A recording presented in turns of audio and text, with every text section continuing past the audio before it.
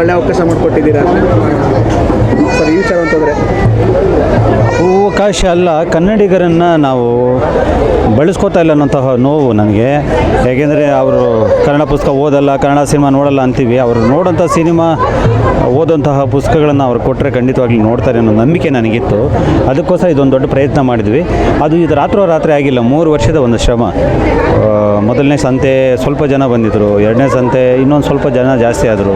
ಈಗ 3ನೇ ಸಂತೆಗೆ ಅಕ್ಷರಶಃ ಹಬ್ಬನೇ ಆಗಿಬಿಟ್ಟಿದೆ. ಇಡೀ ಕರ್ನಾಟಕನೇ ಇಲ್ಲಿ ಬಂದುಬಿಡ್ತೇನೋ ಅನ್ನೋಷ್ಟು ಜಾತ್ರೆ ಆಗಿಬಿಟ್ಟಿದೆ. ಸರ್, ಇನ್ನೊಂದು ಈಗ ಡಿಜಿಟಲೀಕರಣದಲ್ಲಿ ಒಂದು ಗಿಂಡ್ಲೆ ಒಂದು ಮೊಬೈಲ್ಗಳಲ್ಲಿ ಬರುವಂಥ ಕೆಲವು ಸ್ಟೋರಿ ಆ್ಯಪ್ಗಳಿಂದ ಎಲ್ಲೋ ಕನ್ನಡ ಕಥೆಗಳನ್ನ ಓದೋದು ಹೆಚ್ಚು ಕಡಿಮೆ ಆಗಿದೆಯಾ ಸರ್? ಹೆಚ್ಚಾಗಿದೆ, ಕಡಿಮೆ ಆಗಿಲ್ಲ. ಓದುವಂತಹ ವಿಧಾನಗಳು ಬದಲಾಗಿದ್ದಾವೆ. ಆದರೆ ಈಗ ನೀವು ಕೂಡ ಓದಲ್ಲ ಅಂತೇನಿಲ್ಲ, ಮೊಬೈಲಲ್ಲಿ ಏನು ಬೇಕೋ ನ್ಯೂಸನ್ನು ಪತ್ರಿಕೆ ಬಿಟ್ಟು ನ್ಯೂಸನ್ನು ಓದ್ತಾ ಇದ್ದೀರಲ್ವ. ಅಂದರೆ ಆ ಮಾಧ್ಯಮ ಇದು ಅದರ ಡಿವೈಸ್ ಬದಲಾಗಿದೆ ಅಷ್ಟೇ. ಪುಸ್ತಕದ ಬದಲು ಇದರಲ್ಲಿ ಓದ್ತಾ ಇದ್ದೀರಿ. ಸೊ ಪುಸ್ತಕದಲ್ಲೇ ಓದಿಸಬೇಕು ಅನ್ನೋಂಥದ್ರ ಹಿನ್ನೆಲೆ ಏನು ಅಂತಂದರೆ ಡಿವೈಸ್ಗಳಲ್ಲಿ ಆ ಸುಖ ಇಲ್ಲ ಅನ್ನೋಂಥದ್ದು. ಯಾಕಂದರೆ ನಾವು ಆ ಪುಸ್ತಕವನ್ನು ಕೈಯಲ್ಲಿ ಹಿಡಿದು ಓದಿದ ಸುಖವನ್ನು ಅನುಭವಿಸಿದವರು. ಆದ್ದರಿಂದ ಆ ಮಕ್ಕಳಿಗೆ ಆ ಸುಖವನ್ನು ನೀವು ಒಳಗಾಗಿ ಅಂತ ಹೇಳ್ತೀವಿ. ಮತ್ತು ಡಿವೈಸ್ ತಗೊಂಡಾಗ ಅವರಿಗೆ ಕನ್ನಡದ ಜೊತೆಗೆ ಕನ್ನಡ ಮಾತ್ರ ಸಿಗಲ್ಲ, ಅವರಿಗೆ ಬೇರೆ ಡಿಸ್ಟ್ರಾಕ್ಷನ್ಸ್ ಇರುತ್ತೆ. ಇಂಗ್ಲೀಷು ಅದು ಇದು ಬಂದು ಹೋಗ್ತಾ ಇರುತ್ತೆ.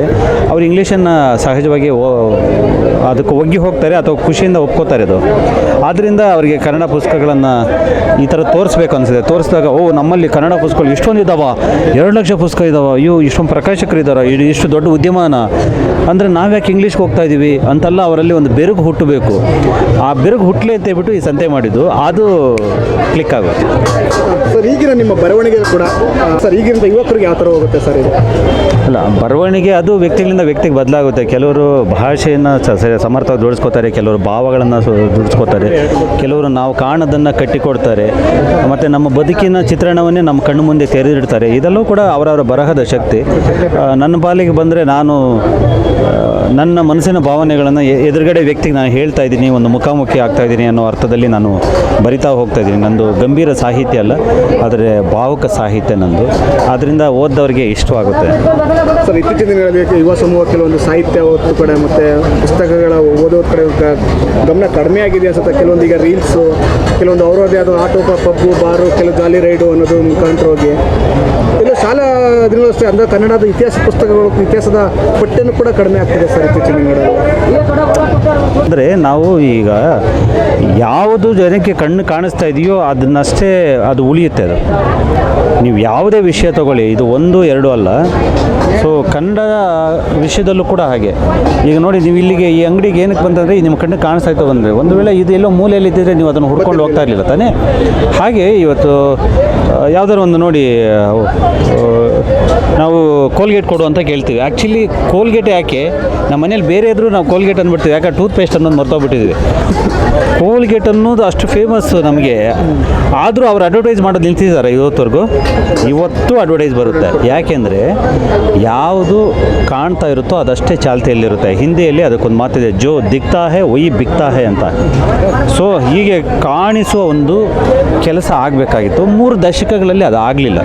ಸೊ ನಾನು ಆಗಲೇ ಹೇಳಿದ್ನಲ್ಲ, ಇಷ್ಟು ಶ್ರೀಮಂತಿಕೆ ಇದೆ, ಸಾಹಿತ್ಯ ಶ್ರೀಮಂತಿಕೆ ಅನ್ನೋದೇ ಗೊತ್ತಿಲ್ಲ ಜನಕ್ಕೆ. ಸೊ ನೀವು ತೋರಿಸ್ದಾಗ ತಾನೇ ಅದ್ರ ಬಗ್ಗೆ ಗೊತ್ತಾಗೋದು, ಆಸಕ್ತಿ ಬೆಳೆಯೋದು. ಅಂತಹ ತೋರಿಸೋ ಕೆಲಸವನ್ನು ನಾವು ಮಾಡಿದ್ವಿ. ಇವತ್ತು ನೋಡಿ, ಯಾರ ಕೈಯಲ್ಲಿ ನೋಡಿದ್ರು ಕೂಡ ಬ್ಯಾಗ್ಗಳು ಇಷ್ಟು ಎತ್ಕೊಂಡು ಹೋಗ್ತಿದ್ದಾರೆ. ನಾವು ನಂಬಿ ಇಷ್ಟು ದಿವಸ ಪುಸ್ತಕ ಕೊಳ್ಳೋರಿಲ್ಲ ಅಂತ ಹೇಳ್ತಾ ಇದ್ದೀರಿ. ಎಲ್ಲ ಅವ್ರಿಗೆ ತಲುಪಿಸೋರು ಇರಲಿಲ್ಲ ಅಷ್ಟೇ, ಈಗ ಅದಕ್ಕೆ ನೋಡಿ, ಅವ್ರಿಗೆ ಅಗತ್ಯ ಇತ್ತು, ಪುಸ್ತಕಗಳು ತುಂಬಿಕೊಂಡು ಹೋಗ್ತಿದ್ದಾರೆ ಚೀಲೆಗಳಲ್ಲಿ. ಸೊ ಹಾಗೆ ಅದು ನನಗೆ ಗೊತ್ತಿದ್ದರಿಂದ ನಾನು ಆ ಕೆಲಸವನ್ನು ಮಾಡಿದೆ ಸರ್. ಈಗಿನ ಕಾಲದಲ್ಲಿ ಟ್ವಿಂಕಲ್ ಲಿಟಲ್ ಸ್ಟಾರ್ ಅಂತ ಹೇಳ್ಕೊಡ್ತಾರೆ ಮಕ್ಕಳಿಗೆ. ಜಾನಿ ಎಸ್ಸಪ್ಪ ಅಂತ ಹೇಳ್ಕೊಡ್ತಾರೆ. ಓಲು ಕರ್ತ ಮೂನ್ ಅಂತ ಹೇಳ್ಕೊಡ್ತಾರೆ. ಬಟ್ ಎಲ್ಲೋ ಮಕ್ಕಳುಗಳಿಗೆ ಇದನ್ನು ಕೂಡ ಕನ್ನಡ ಸಾಹಿತ್ಯ, ಕನ್ನಡ ಪದ್ಯಗಳೆಲ್ಲ ನಿಘಂಟುಗಳೆಲ್ಲ ಕಡಿಮೆ ಆಗ್ತಿದೆ ಅಂತ ಸರ್. ಪಠ್ಯ ಪುಸ್ತಕಗಳು ಕೂಡ ಕಡಿಮೆ ಹೋಗ್ತಾ ಇದೆ. ಅಲ್ಲ, ಒಂದು ಅದೇನಂದರೆ ಜಾಗತೀಕರಣ 2000ನೇ ಇಸ್ವಿ ಆದ ನಂತರದಲ್ಲಿ ಒಂದು ಇಂಗ್ಲೀಷ್ ಭಾಷೆ ಬಗ್ಗೆ ವ್ಯಾಮೋಹ ಹೆಚ್ಚಾಯಿತು ಮತ್ತು ಅವಲಂಬನೆ ಹೆಚ್ಚಾಯಿತು, ಡಿಪೆಂಡೆನ್ಸಿ. ಇಂಗ್ಲೀಷ್ ಕಲ್ತ್ರೆ ಅಷ್ಟೇ ಅನ್ನ ಬದುಕು ಅನ್ನೋಂತಹ ರೀತಿ ಹೋಯಿತು. ಮತ್ತು ನಾವು ನಮ್ಮ ತಂದೆ ತಾಯಿಗಳು ನಾವೆಲ್ಲ ಏನು ಮಾಡಿದಿರಿ, ಮಕ್ಕಳು ಇಂಗ್ಲೀಷಲ್ಲಿ ಮಾತಾಡಿದರೆ ಮಾತ್ರನೇ ಖುಷಿಪಟ್ಟು ಎಲ್ಲ ಸ್ನೇಹಿತರು ಸಂಬಂಧಿಕರೆಲ್ಲ ಬಂದಾಗ ಆ ಇಂಗ್ಲೀಷಲ್ಲಿ ಹೇಳು, ಅದು ಹೇಳ್ತೀಯಲ್ಲ ಅಂತ ಕೇಳಿ ಕುಣಿಸ್ತಾ ಇದ್ವಿ ಅವ್ರನ್ನ. ಅದೇನಾಯಿತು ಅದು 2000 ಇಸ್ವಿಯಲ್ಲಿ ಶುರುವಾದಂತಹ ಒಂದು ಅಭ್ಯಾಸ ನಿಧಾನಕ್ಕೆ ದಿನ ಬಂದು ಇವತ್ತಿಗೆ ಅದು ಇಂಗ್ಲೀಷು ಇಲ್ಲದೆ ಬದುಕಿಲ್ಲ ಅನ್ನೋ ರೇಂಜ್ಗೆ ನಾವು ತೊಗೊಂಡೋಗ್ಬಿಟ್ಟಿದ್ವಿ. ನಾವು ಆ ಗ್ಯಾಪಲ್ಲಿ ಕನ್ನಡವನ್ನು ಫೀಡ್ ಮಾಡಬೇಕಾಗಿತ್ತು, ಸರಿಯಾದ ದಿಕ್ಕಲ್ಲಿ ಸೇರಿಸ್ಬೇಕಾಗಿತ್ತು, ಅದು ಆಗಿರಲಿಲ್ಲ. ಸೊ ಯಾವುದು ತುಂಬ ಲೇಟ್ ಅಂತೇನು ಅನಿಸಲ್ಲ. ಈಗ ಆ ಕೆಲಸವನ್ನು ನಾವು ಒಂದು ಸಾಮೂಹಿಕವಾಗಿ ಮಾಡುವಂಥ ಪ್ರಯತ್ನವನ್ನು ಮಾಡ್ತೀವಿ. ಪುಸ್ತಕ ಸಂತೆಗೆ ಬರದೇ ಇರೋರ್ಗು, ಮಿಸ್ ಮಾಡ್ಕೊಂಡವ್ರಿಗೆ, ಕೆಲವು ಪುಸ್ತಕ ಅಭಿಮಾನಿಗಳು ಎಲ್ಲ ಹೋಗ್ಬೇಕಿತ್ತು ಹೋಗೋಕ್ಕಾಗದೇ ಇರೋರಿಗೆ ಈ ಥರ ಒಂದು ಕಿವಿ ಮಾತು ಕಿವಿ ಮಾತು ಏನು ಹೇಳಲ್ಲ, ಕರೆ ಮಾತು. ಜನವರಿ 24, 25, 26 ಯಾರೆಲ್ಲ ಈ ಮಿಸ್ ಮಾಡ್ಕೊಂಡಿದ್ರು, ಜನವರಿ 24, 25, 26 ಬೀದರ್ನಲ್ಲಿ ಪುಸ್ತಕ ಸಂತೆ. ಸೊ ಅಲ್ಲಿಗೆ ಬನ್ನಿ ಅಂತ ಕರೆ ಕೊಡ್ತಾ ಇದ್ದೀನಿ.